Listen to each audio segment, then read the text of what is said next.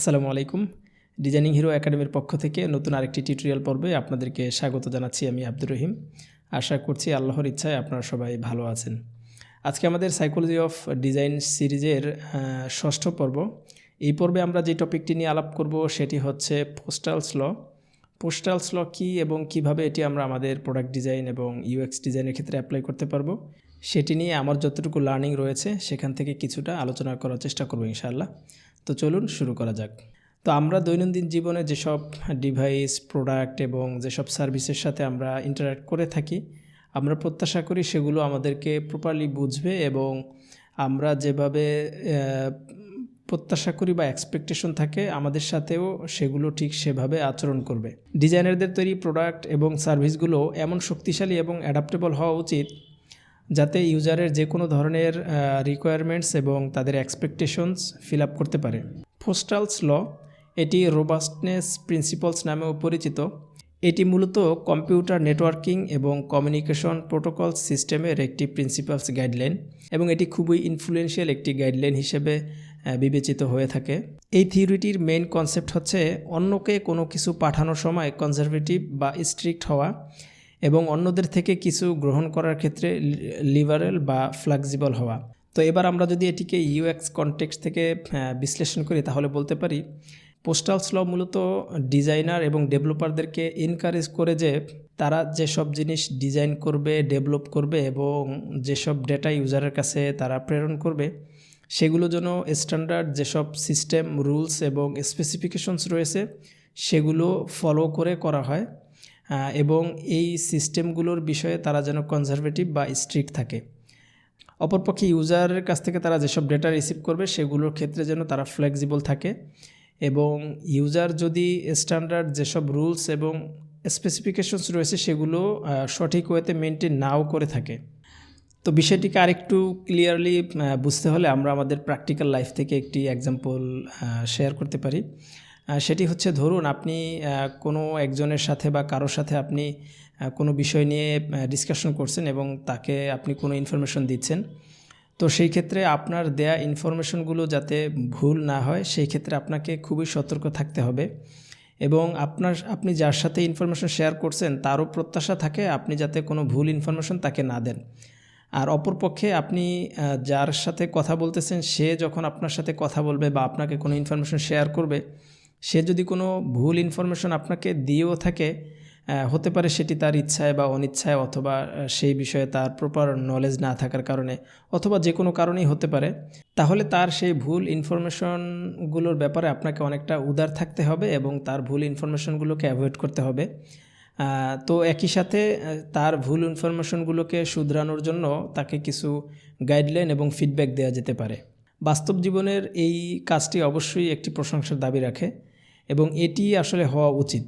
তো এবার আমরা যদি সামারাইজ করি তাহলে বলতে পারি ইউজারকে এমন একটি সিস্টেম দেয়া যেটির মাধ্যমে ইউজার যেভাবে ইচ্ছা এবং সে যেভাবে বুঝে সেভাবে যেন সে তার ডেটা ইনপুট করতে পারে, আর ইনপুট দেওয়ার পরে যে রেজাল্ট আসবে সেটি যেন তার এক্সপেকটেশন ফিল আপ করে।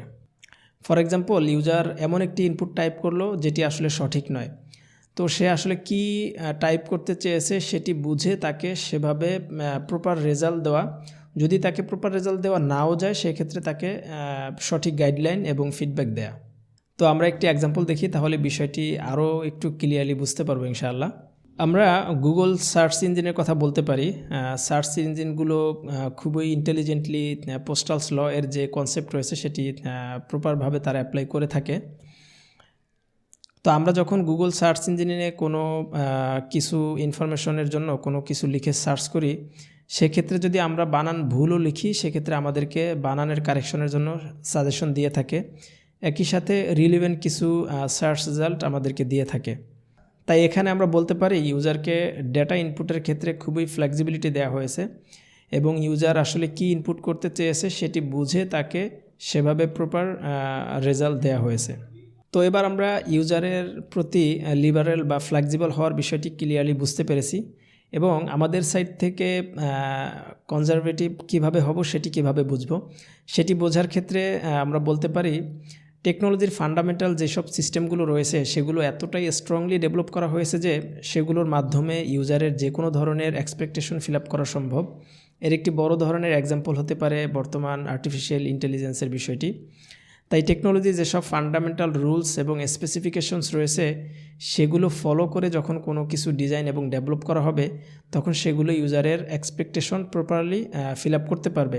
আর এই সিস্টেমগুলোতে স্ট্রিক্ট থাকা এবং কনজারভেটিভ থাকার বিষয়টি মূলত বলা হয়েছে।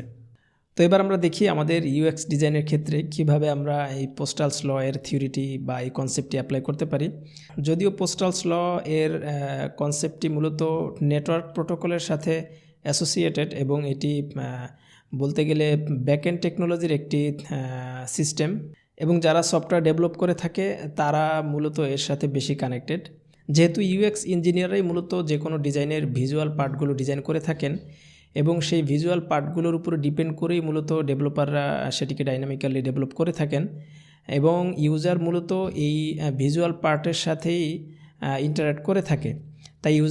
তাই ইউএক্স ইঞ্জিনিয়ারদেরকে এই ফান্ডামেন্টাল যে কনসেপ্ট রয়েছে সেটি ভালো করে বুঝতে হবে এবং কিভাবে অ্যাপ্লাই করা যায় সেটি বুঝে সেই ওয়েতে অ্যাপ্লাই করতে হবে, এবং এইগুলো বা এই কনসেপ্টটি অ্যাপ্লাই করার মাধ্যমেই আমরা আমাদের প্রোডাক্টের মধ্যে বেটার ইউজার এক্সপিরিয়েন্স নিয়ে আসতে পারি। তো এবার আমরা 1-2টি টিপস অ্যান্ড ট্রিক্স দেখি এবং কিছু এক্সাম্পল দেখি। Tips number 1, being flexible on user input.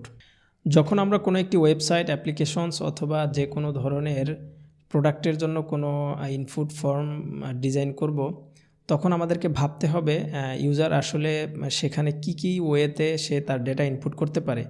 1 নম্বরে সে কি এখানে কোনো টেক্সট ওয়ার্ড ইনপুট করবে, 2 নম্বরে সে কি এখানে কোনো কমপ্লিট অথবা ইনকমপ্লিট ডিসক্রিপশন ইনপুট করবে, 3 নম্বরে সে কি এখানে কোনো নাম্বার ইনপুট করবে কিনা।